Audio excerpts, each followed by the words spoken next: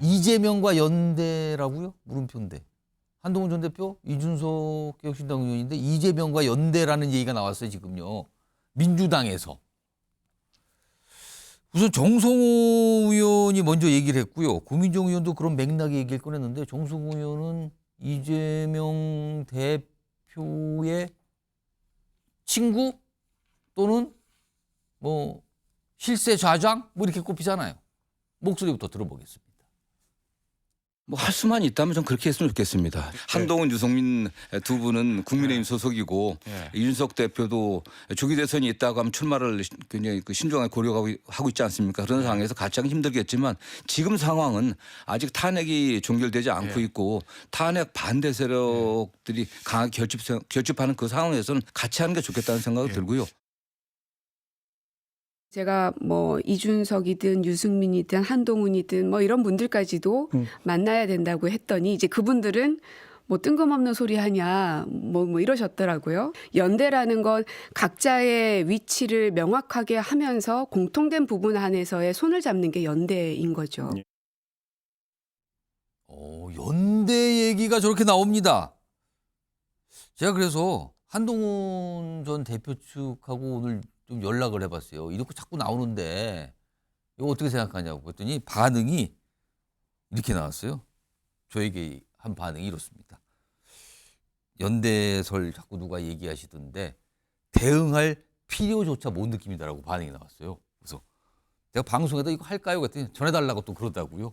그러니까 따로 자기들은 반응을 안 보이겠답니다. 아예 그냥. 일단 알겠습니다. 신혜영 전 의원님. 왜 이런 말이 지금 민주당에서 나옵니까 지금? 민주당으로서는 빅텐트를 쳐야 될 상황이 필요한 것이죠. 왜냐하면 지금은 탄핵 찬성 세력과 탄핵 반대 세력이 지금 극렬하게 대치되고 있는 상황인데 우선은 윤석열 대통령의 그런 탄핵 인용 이후에 다음을 준비하는 과정에서 지금 당장은 탄핵에 대한 우리 대한민국의 위기를 정리할 시간이 필요하다. 특히 우리가 12월 3일 비상계엄 할 때 그래도 계엄 해제에 참여했던 많은 의원님들과 당이 있지 않습니까? 비단 민주당뿐만 아니라 개혁신당 그리고 한동훈 친한계 의원들까지 같이 힘을 모았기 때문에 사실 그날의 비상계엄이 짧은 시간에 끝날 수밖에 없었기 때문에 그런 그런 인식 상황에서는 지금 탄핵에 있어서는 같이 힘을 모아야 된다. 그리고 대한민국의 위기를 같이 헤쳐나가야 된다는 데 일부의 컨센서스가 분명히 있는 것이고요. 그날 한동훈 대표 같은 경우에는 사실 본회의장에 들어오지 못하는 것을 우리 민주당 의원님이 그래도 손을 내밀어서 같이 들어올 수 있었고 실제로 의장실에서도 그걸 내치지 않았다는 것 자체가 연대할 필요가 있다는 것을 그날에 증명을 한 것입니다.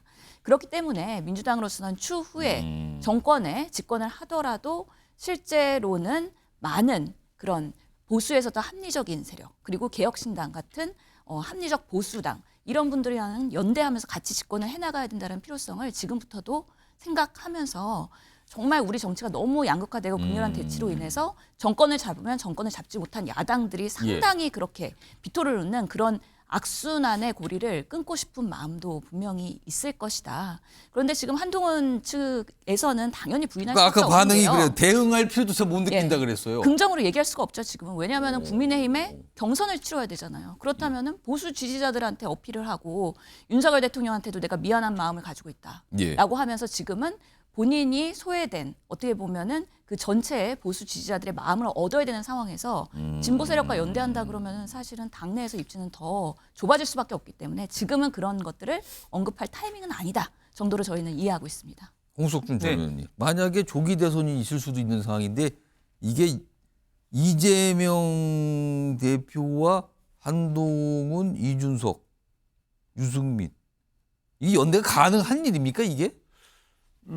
뭐 상당히 조금 그 의외의 조합이지만 그러나 정치에 있어서는 뭐 어떤 가능성도 있기 때문에 또 전혀 또는 또 불가능하지도 않다 그런 생각이 들고 또 저는 그 이재명 대표 민주당이 상당히 좀 정밀하게 지금 접근하고 있다. 왜냐하면 중도 보수라는 이야기를 이재명 대표가 꺼내놨어요. 갑자기 꺼내냈을 때 이거 뭐지 이렇게 딱 생각했는데 결국은 그런 어떤 그 민주당의 어떤 그 어떤 당 정체성의 어떤 정의를 중도 보수라고 하는 어떤 배경 속에는 결국은 뭐 한동훈, 유승민, 이준석을 받기 위한 어떤 그릇을 미리 만들어 놓은 게 아닌가 그런 좀 느낌도 조금 듭니다. 그런데 중요한 것은 그렇게 만드는 어떤 고리를 결국은 저는 탄핵을 고리로 해서 그런 세력들 이른바 뭐 탄핵 연대 뭐 이런 그렇습니다. 표현이란 그렇게 말이에요, 이제 지금? 끌어들이려고 하는데 저는 이렇게 비교하고 싶은데 이 호수에 한쪽은 이제 그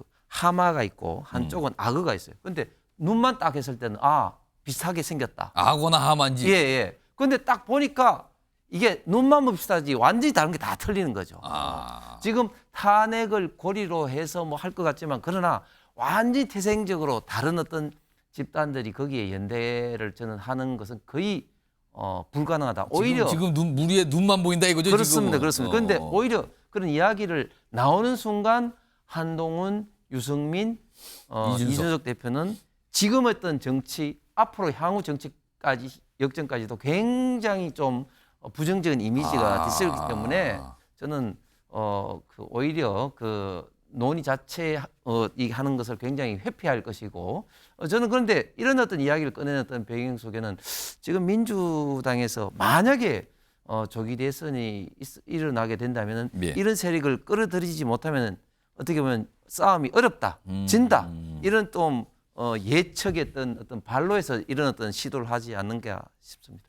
약간 이런 반응이 이제 많이 의외라고 좀 많은 분들이 생각을 하시더군요. 근데 의외인 게 또 하나 있어요, 지금. 뭐 중도 보수 그 얘기가 아니고요. 화면을 정리해 보겠습니다. 민주당 내에서 이런 목소리가 나옵니다. 핵무장론. 핵무장론은 특히 보수 중에서도 강경 보수들이 주장한 거 아니었어요? 근데 박선원 의원, 요즘에 자주 나오죠.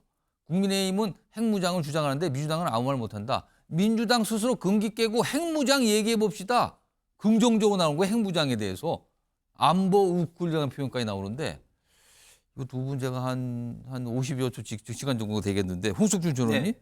민주당은 본래 한반도 비핵화 아니었습니까? 그 뭐 주장하는 바가. 근데 왜 지금 이런 목소리가 나온 겁니까? 그러니까 지금 뭐 중도 보수를 끌어들이기 위해서 이제 안보까지도 이런 어떤 핵무장, 특히 또 한미일 군사 협력 뭐 이런 이야기를 이제 예. 하는데 사실은 저는 그런 것들이 민주당의 어떤 전통적인 어떤 지지층에 예. 대해서 어떤 신뢰를 상실하고 더 나아가서는 최근에 뭐 임종석, 이인영 뭐 등등의 의원들도 비판을 했지만 당령이 있는 가운데서 이렇게 일방적으로 당 대표에서 이렇게 강행하는 이런 어떤 민주당의 어떤 노선에 대해서는 예. 상당한 많은 민주당 전통적인 지지층으로부터 있던 그런 어떤 반발 그리고 국민들도 민주당 이런 시도에 대해서 신뢰하기보다는 상당히 의아한 어떤 그런 어떤 평가를 저는 받을 가능성이 많다고 봅니다.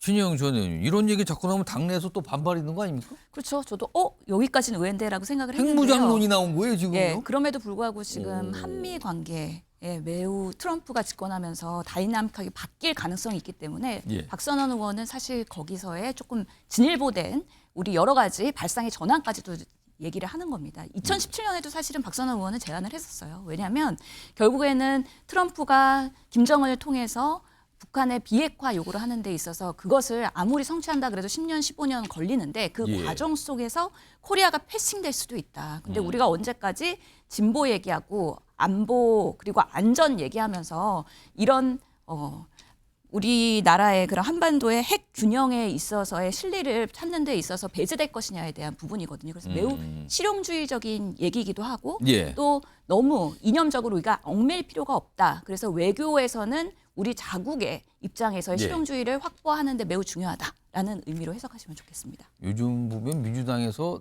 예상치 못했던 주장, 입장 이런 게 좀 자주 나옵니다. 오늘도 핵무장론도 그런 맥락으로 좀 읽힙니다.